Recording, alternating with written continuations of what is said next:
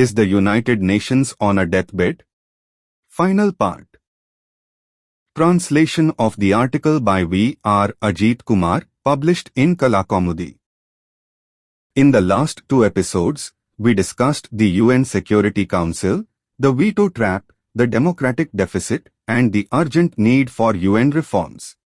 We also examined how China is obstructing India's entry into the Security Council, along with the history of the United Nations, the role of the Secretary General, and key provisions of the UN Charter.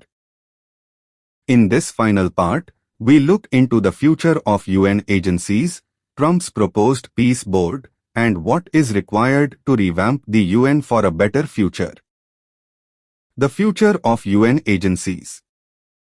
The independent UN agencies include the World Health Organization, UNESCO, the International Monetary Fund, the World Bank, the Food and Agriculture Organization, the International Labour Organization, and the International Civil Aviation Organization. In addition, there are more than 30 affiliated organizations such as UNICEF, the UN Development Programme, the World Food Programme, the UN Environment Programme, the UN Population Fund, the UN High Commissioner for Refugees, UNRWA, the International Atomic Energy Agency, and UN Women. The United States has historically provided hundreds of billions of dollars in aid to the UN. However, this support has now been significantly reduced and in some cases withdrawn entirely.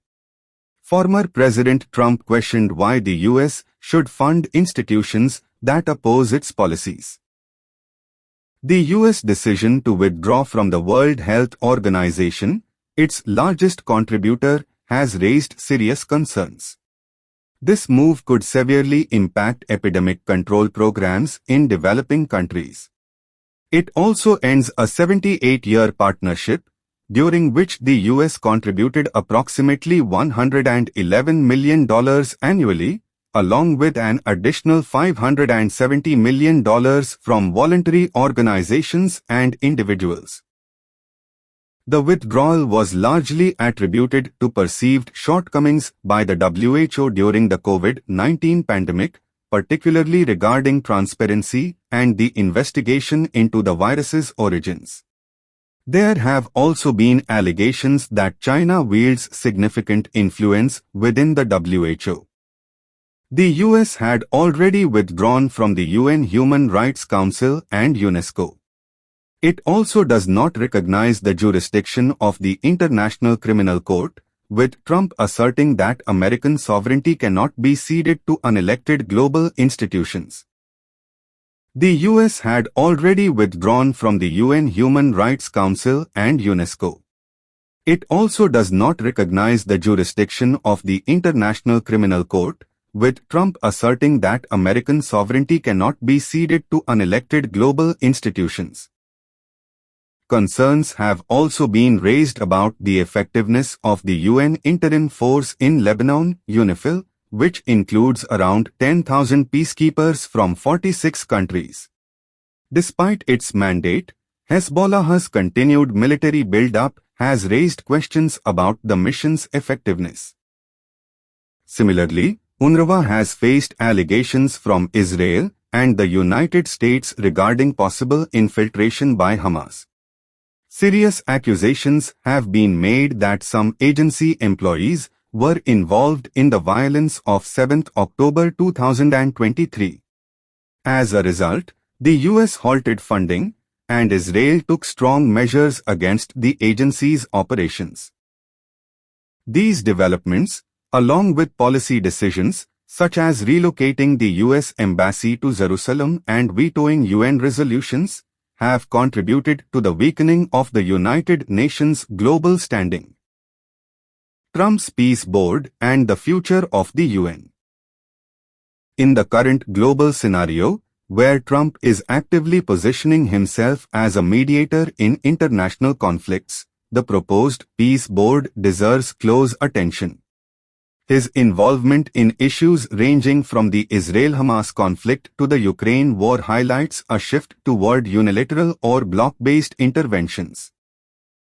There are also concerns about direct interventions in sovereign nations, such as Venezuela, raising questions about global governance outside the UN framework. If such a peace board expands its influence, possibly including up to 50 countries, it could evolve into a powerful alternative to existing global institutions. Unlike groupings such as BRICS, Quad, or ASEAN, this initiative may function as a solid bloc driven by strategic and economic interests. Trump's broader geopolitical approach, including tariff strategies, territorial ambitions, and assertive diplomacy, suggests a model of peace enforced through power rather than cooperation. This raises a critical concern. If such parallel mechanisms gain ground, the United Nations risks becoming increasingly irrelevant.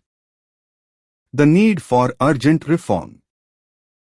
The weakening of the UN comes at a time when nationalism, protectionism, and anti-immigration sentiments are rising globally.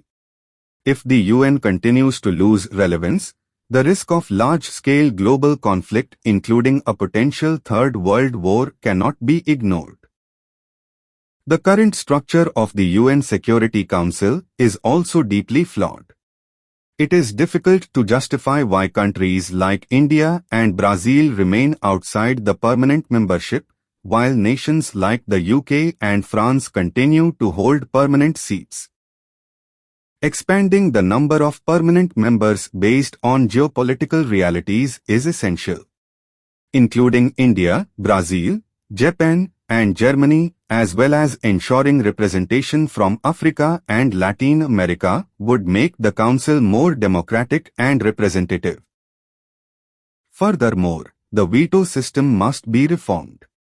One possible solution is to require that vetoed resolutions be reviewed and approved by a majority in the General Assembly. The UN must also redefine its role, focusing primarily on maintaining global peace and unity while granting greater autonomy to its specialized agencies.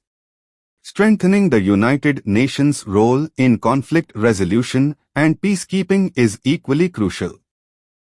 If meaningful reforms are not undertaken, the United Nations may gradually fade into irrelevance, replaced by alternative power blocs that prioritize strategic dominance over collective well-being. This concludes the presentation. The topic requires deeper global discussion, and it is hoped that such conversations will gain momentum in the coming days. We will meet again with another subject. Till then, goodbye. Please like, share, and subscribe to the channel.